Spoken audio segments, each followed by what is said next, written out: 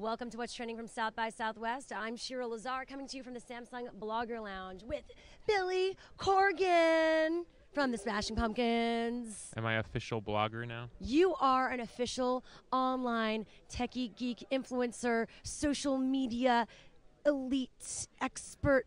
Wasn't really what I had in mind back in my bedroom in Glendale Heights. You know, a bunch of nerds in a room and me. This is not what I had in mind. Well, it has evolved, hasn't it? Yes, it has. I'm shockingly so. But I've always loved what technology can do for music. I've never been shy about that. So I'm excited about the future for sure. Yeah, let's talk about you being here at South by Southwest. Is this your first time? Actually, the Pumpkins never played here back in the How? day.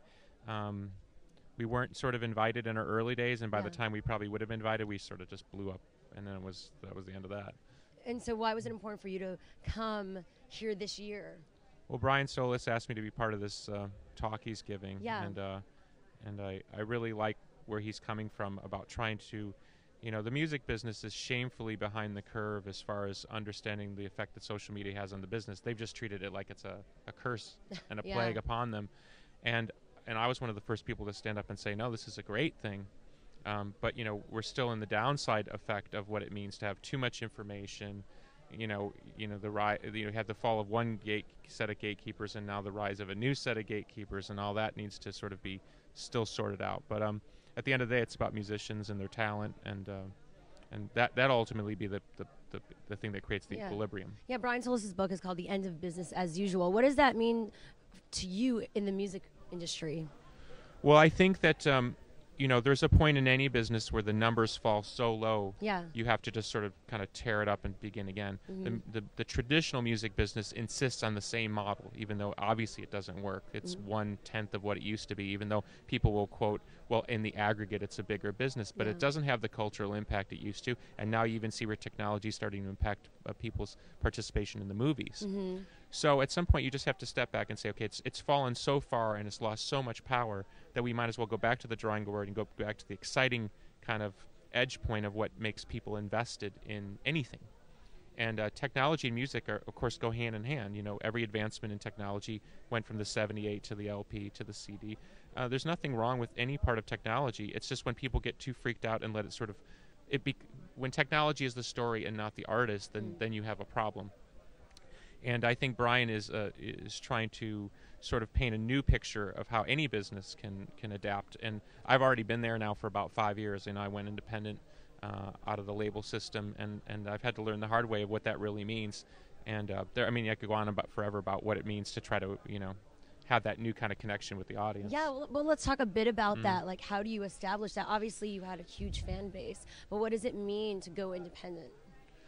Well, I turn my back for a time now on the resources that are there that sort of control you and put you back in the same system. The system as it exists is, okay, you got to go away, you got to put your music in a computer, you got to chop it up, and then you got to come out and you got to compete against all these other robots. And if your song doesn't get played in the first week and you don't see enough sales in the first week, well, goodbye. Mm-hmm. I mean, that's a really ridiculous model. Mm-hmm. That wouldn't work for any other business, but for some reason it still works in the music business. And particularly for someone like me, I mean, I'm in over 25 years now. I'm not going to go away because you don't like my record this year or the next year, and there's plenty of examples of artists that do that. So I have to create a different model that engages the audience in a totally different set of ways. If you just listen to what the audience wants, they're always behind the curve. They're not really, they only know what sort of has already worked. So their suggestions tend to be, stuff that worked 2 years ago, 4 years ago. I mean, I have people go, oh, you should do what Radiohead did, not even knowing that we did it, 7 years before they did, and all that kind of stuff. So, but at the end of the day, you always have to stay focused on the fact of quality first and everything else comes second. Yeah. And when the technology, it becomes about, how can we give this thing away, and who do we have to get enough web hits, and that's where you're putting all your energy in the wrong direction. Well, yeah, a lot of it comes back to monetization. How do people make money? I don't think I know. For a lot of these companies, I know people will roll their eyes at this, but I think in the music business you have to give up on the concept of making money. Okay. Money, you'll no longer make the kind of money you used to with music. Yeah. You'll make money other ways. Now, what I like to say is that marketing is the new money in music. Mm-hmm. Now, if you can get the right partners in the internet to work with you and use their marketing power, that is the new money, and then you'll make your money a different way. But Yeah. you're not going to make it selling a CD, more than likely. You're going to make it from an endorsement, or you're going to make it from additional ticket sales because you're investing a new audience in you. But you're not going to make it from, here's my song, buy my song. And the fact that the music business keeps getting on its knees and bowing to that God again and again and again, why? It doesn't work. It hasn't worked for a very long time. It doesn't even work for the biggest artists in the world. Yeah.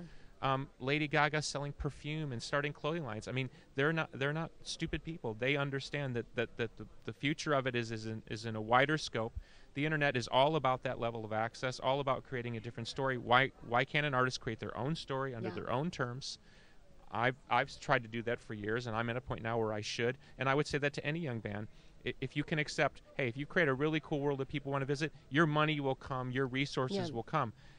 If you want to just trade in all your rights at the beginning to You're a gonna record screw company yourself. that's going to chuck you the minute you don't do a set of criteria, which really doesn't mean anything anymore, then you're going to get what you pay for in that. I like to say right now it's about the artist entrepreneur.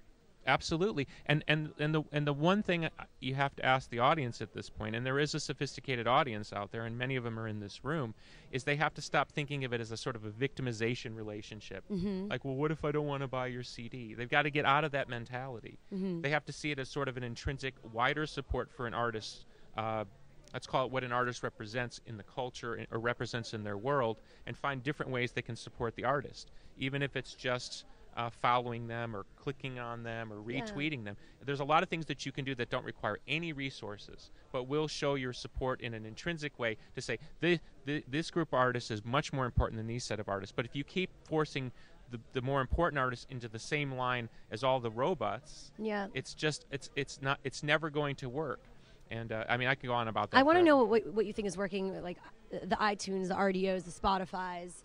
What are you how do you think it's helping evolve the industry? I think Spotify is a step in the right direction, but I would say ultimately it's a transitional model. Okay.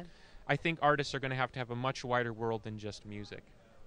They're just going to have to. They're going to have to represent more than just music.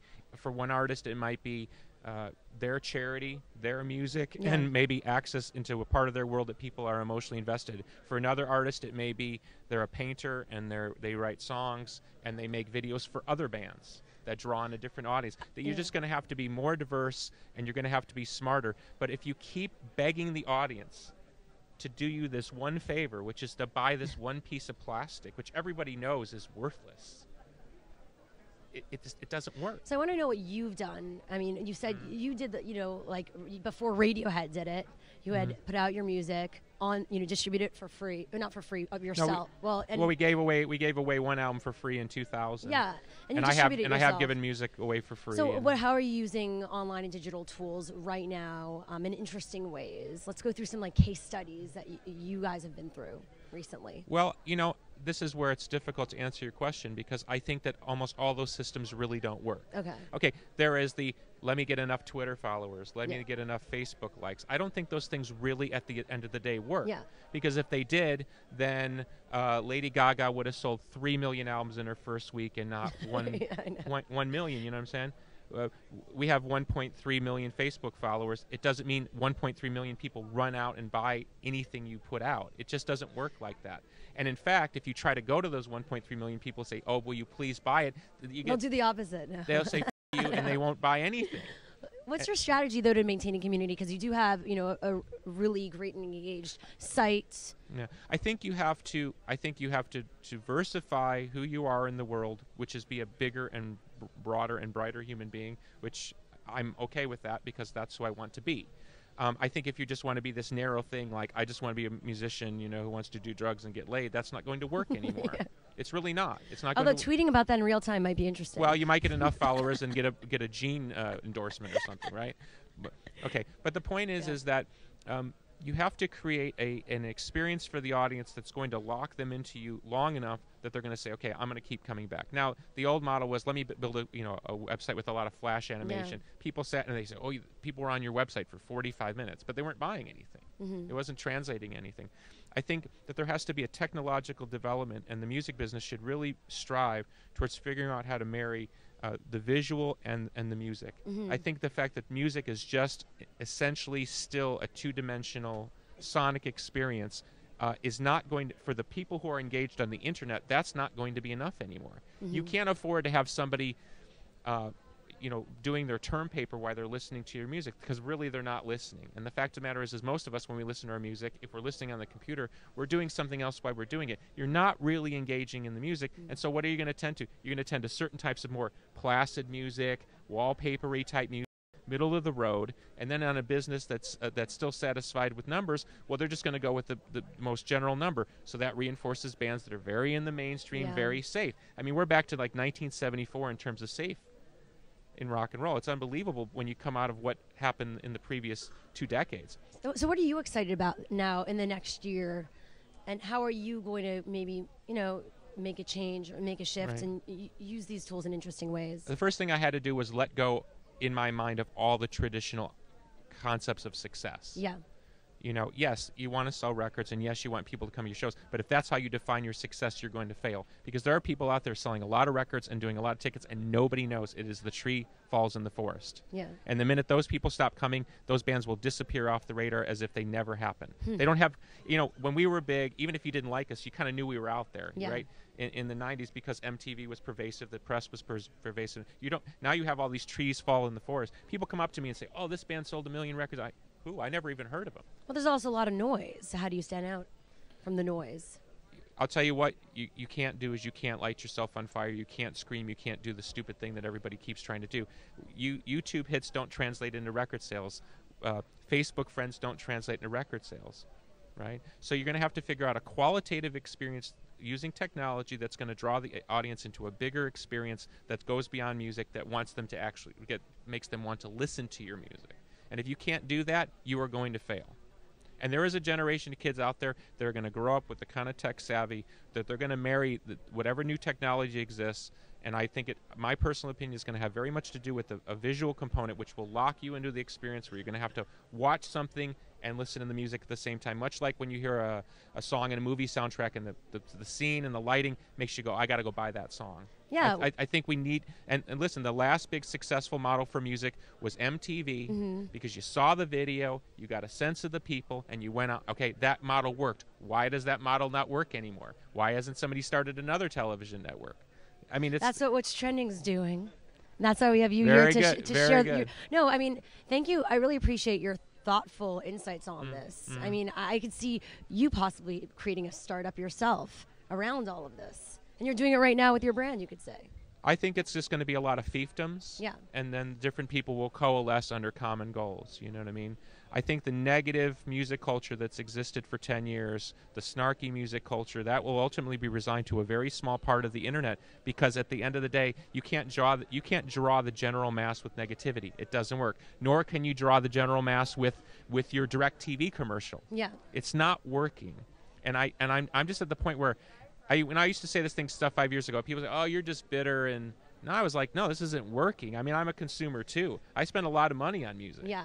I mean, my attic is full of zillion CDs. I'm the guy who buys stuff, so I understand that mind. And if people aren't buying stuff, it's either it's too high or they're not invested in the emotional hit that they get, the crack hit that they get off of buying something. And we got to change that experience, and we got to change it fast, because we're losing generation after generation now to stuff that is giving them a far richer experience, whether it's a video game or a website or what'shappening.com. What'strending.com. You're going to be speaking What's Trending? about, Sorry, yeah. No, you're going to be speaking that's more my about website. What's happening? We're going to compete. Oh, you're going to compete? Let's collaborate. So you're going to be talking more about this today. At 3:30. A keynote with Brian Solis at 3:30 p.m. So go check it out if you're here in Austin, Texas. Otherwise, I'm sure people will be tweeting up a storm about it. Hashtag I'm scared to read that one. No, it's great to see the convergence going on, and you hear it interactive, sharing your thoughts, and we'll be seeing definitely more of that in the future. So thank you. Amen. At Billy. Follow him on Twitter if you're not already. And I appreciate it. This was great. Now I'm going to get the 500 guys like, how did you get the at Billy? I get a lot of at Billy jealousy. How did that happen? There was a guy who was at Billy Corgan. Yeah. And I asked Twitter to let me be at Billy Corgan. They said, we can't do that. So they changed that guy to not Billy Corgan, and they gave me at Billy. Don't ask me why that worked, but that's how it worked. That's great. I love it. All right, we'll be back with more live from South by Southwest. Remember, go to samsung.com/howolympic are you. The Samsung Olympic Genome Project. It's super cool. You need to try it out right now. Go do it.